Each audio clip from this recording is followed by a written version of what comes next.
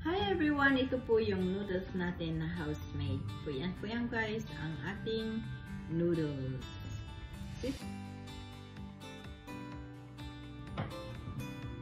Hi guys! Ito po yung noodles natin. So gagawa tayo ng noodles. Ito po yung noodles na 2 cup ng ating harina, 2 itlog na may white, at saka yung pangatlong itlog ay yung yellow lang ang ilagay ninyo.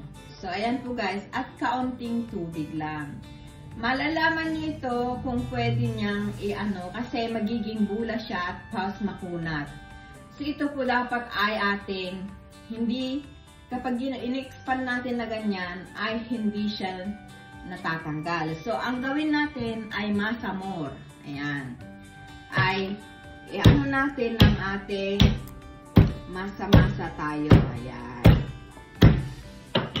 Yan po guys. At ipapakita ko at the end of this video kung paano natin gawin lahat. So, ito na po yung ating minasa-masang noodles.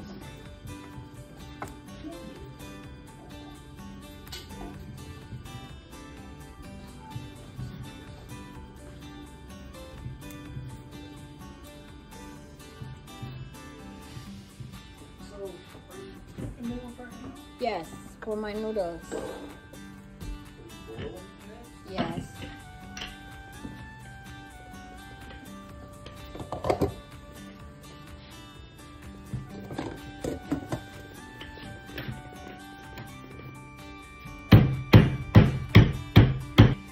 Hi guys, ito na po yung homemade noodles natin. So ito po guys, ito po ay naluto na. Ilagay natin.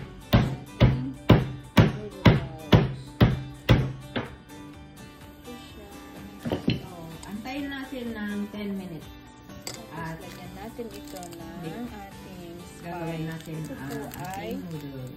Beef spice. Ito ang ating noodles. Lemon noodles. Luntin natin dyan. At takpan natin ng ating, syempre, lagyan natin ng ating gulay. Balikan natin in 20 minutes. Hi guys, yan po ang aking gagawin na noodles. Inantay ko ng 20 minutes. Hi guys, ito na po yung gagawin nating noodles. So make sure na lalagyan natin ng flour.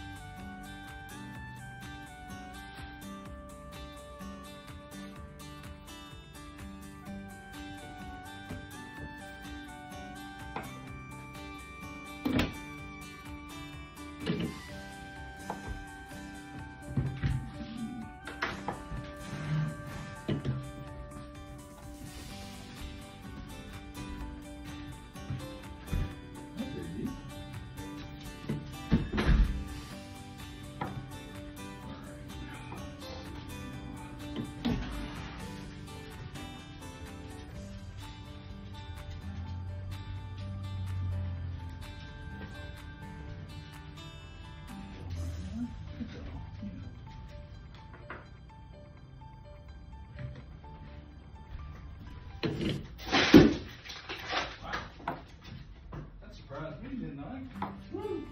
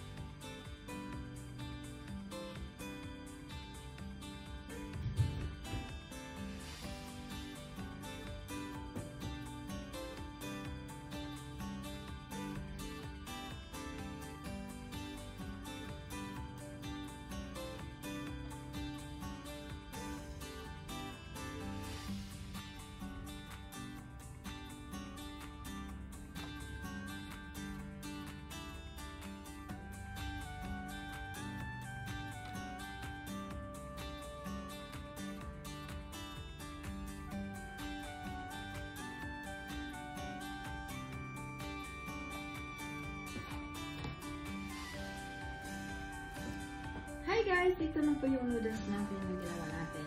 Ito po yung noodles na talagang noodles. Yung talagang kahit i-ano mo, ibibinding-binding mo siya. Hindi siya maging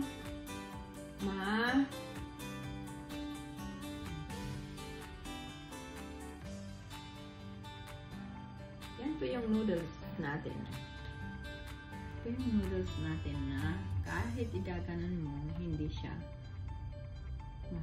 mabili na.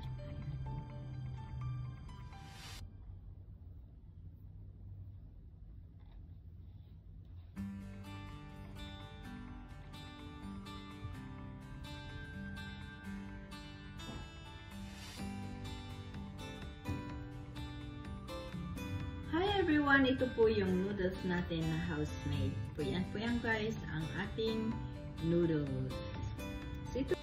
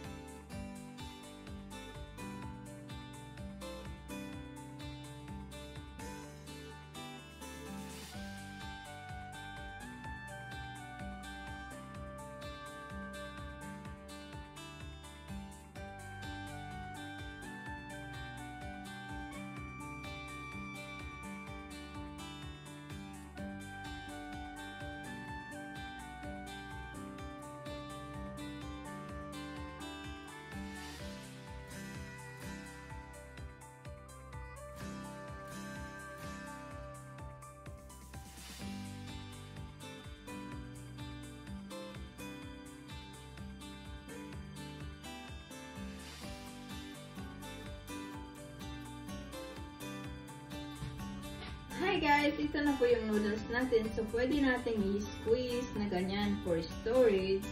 At i-dry natin sa ating refrigerator para ma-dry po siya. Ayan po siya guys.